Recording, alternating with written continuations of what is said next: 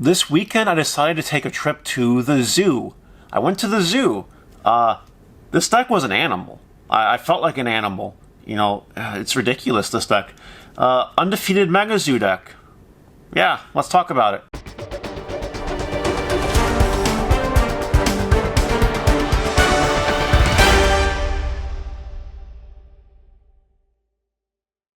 This deck makes you feel like a straight savage, let me tell you though. I have not touched Mega Zoo ever in my life until Saturday, where I played 4 or 5 test matches with it against different decks, and then I played it with the Gordo Games locals. Shout out to Gordo Games. Went another 4 rounds, went undefeated. So this is 9-0, this deck, against 9 different decks, including one of each top tier deck, and some funsies like Ragnalord, Mastamon, whatever. The deck, I've crafted it to what I think is perfection after 9 rounds of testing. I know, it's not a lot. It's really not a lot of rounds, but it works. Surprisingly, this deck works. And it's not all about dropping your opponent all the way to 10 memory. It's not.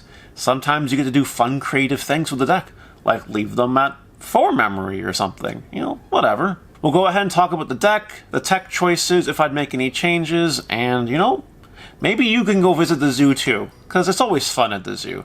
Lions and tigers and bears. Oh my. Don't forget to like, comment, subscribe, and turn that notification bell in the Smash Potatoes. That way you know when all these amazing Digimon videos come out, and hopefully you enjoy the deck profile. Let's talk about it.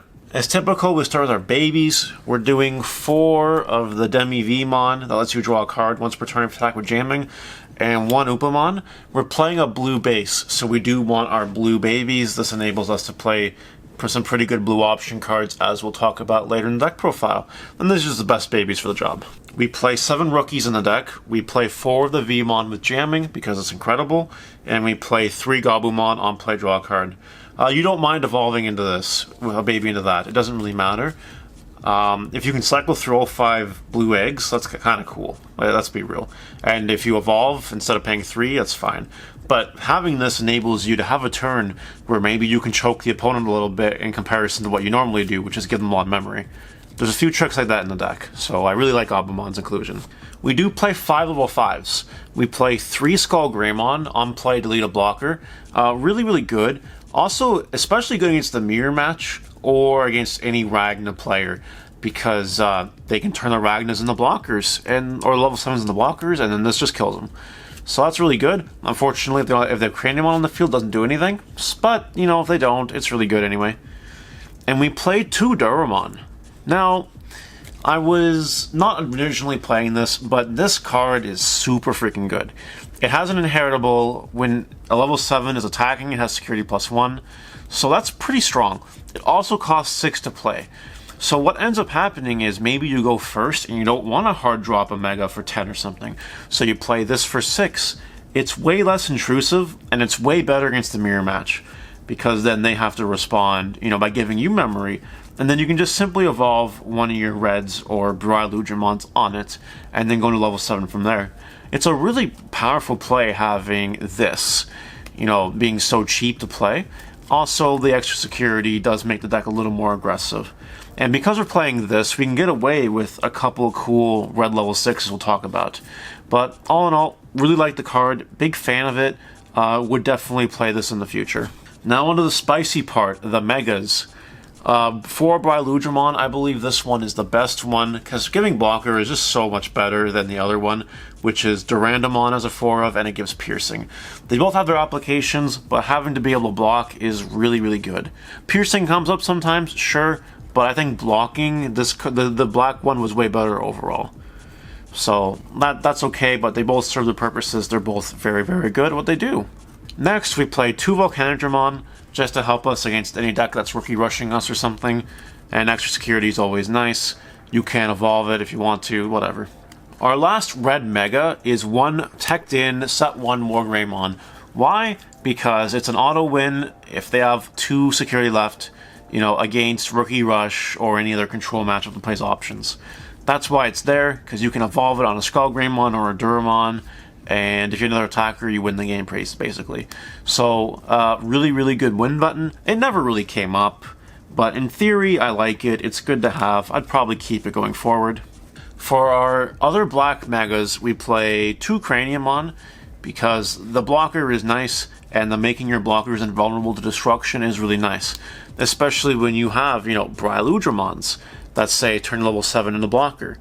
Making them unable to be destroyed by card effects is pretty freaking good. They can only bounce them or DP drop them to 0. Which is still possible. Happens against Shining Greymon. Very annoying drawing this against Shining Greymon. Almost lost the match I played against Shining Greymon because of that. But, it's okay. It's fine. 2 Hyandramon, just because it's a 10 drop, 12,000. Nothing special about it. Our last black one is a Machine Dramon. On play, D-Digivolve 2 on 2 of your opponent's Digimon. It's also a blocker. So that's actually really, really cool. I'm not a big fan of the card personally, which is why I'm only playing 1. And I never really got off any wombo combos, like getting multiple D-Digivolves off with it. But it's fine. It's a good card. I can't complain about it. It's good. Our last 2 level 6s are 2 Megadramon. On play, if you have 3 or fewer security, heal 2. Its one attacking effect never comes up. It's just there in case you're behind and you need to catch up. That's all it's there for. It serves no other purpose in the deck. It's kind of a clog being the only yellow cards in the deck, to be real. But in the future Mega Zoo, this is a lot better. Just for now, it's just kind of there. I barely ever played it, to be honest. I always found more value playing literally anything else. So take that as you will. But that is our complete list of level 6s. And there's a lot of them, right? Because you got 2, 3, 5, 7, 8, 10, 18 level 6s. That's pretty freaking juicy. Okay, next up, our Tamers. We play 2 the Black Tie. All your black Digimon get plus 1,000 on your opponent's turn. It's also the Tamer that lets you start with 3 memory at the start of your turn. So it's not a terrible, terrible card. It prevents you from getting choked out 1, which is this deck's biggest weakness. By starting your turn with 3, you can play everything in your deck that's level 6, including Craniumon. Where if they choke you at 1 or 2, can't necessarily do that. So really, really good, and makes your blockers, your black blockers, a little beefier, which is always welcome. For options, we play 8 of them. We play 4 Kaida's Breath. It's a blue. It's again, we're playing the blue base. Return one of your opponent's Digimon to the owner's hand. Trash the sources underneath. It can activate in security like a Gaia Force. So it's a really good card. Really good for tempo. Again, you're really good against the mirror match. You want to see that against the mirror match. And all around, just good bouncing. Can protect you. Good stuff. And we're playing 4 Kaiser Nail. Choose a Digimon Digivolution card placed under one of your Digimon and play it as another Digimon without paying its memory cost. This can get obnoxious. It's basically letting you play things like this for 4, which is good. You're not using all your memory to do it, which means you're going to choke your opponent to some extent. And if you can, use a Kaiser Nail to get a non-play trigger with something like a Volcanic Dramon or Machine Dramon or whatever, that's really good. Even a Skull Greymon, it happens. It's really good. Do recommend playing 4 of it. I know a lot of people play 3 in this variant, but maybe it's because I'm playing the extra level 5s. I have extra targets to do this with. It's just always nice. It's also really nice when you have like an Omnimon and a Rusted Omnimon, and your opponent's trying to Rookie Rush you, and you reveal Kaiser Nail in security, and because you had a Volcanic Dramon underneath your Omnimon, you bring out the Volcanic Dramon, and you just blow their board away. That's hilarious. That happened. Yeah, that was a big sad moment for them. But, just humor aside, really good card. Do recommend the full 4. There you have it, guys. That's Mega Zoo.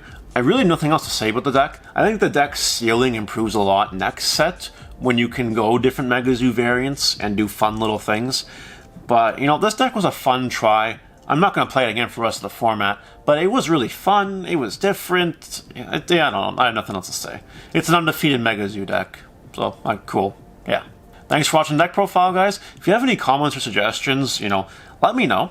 Put it in the comments. I love reading that stuff, because I don't know what I'm doing with this deck. I just won some matches. That's really as simple as that. This deck is unfamiliar to me. It's new ground. I did well with it. Could be a coincidence. I don't know. But if you have any personal feelings towards it, anything you'd like to play in it, leave it in the comments, because it's always fun when you do. And I'm done. I'll see you guys later, so yeah. Take care.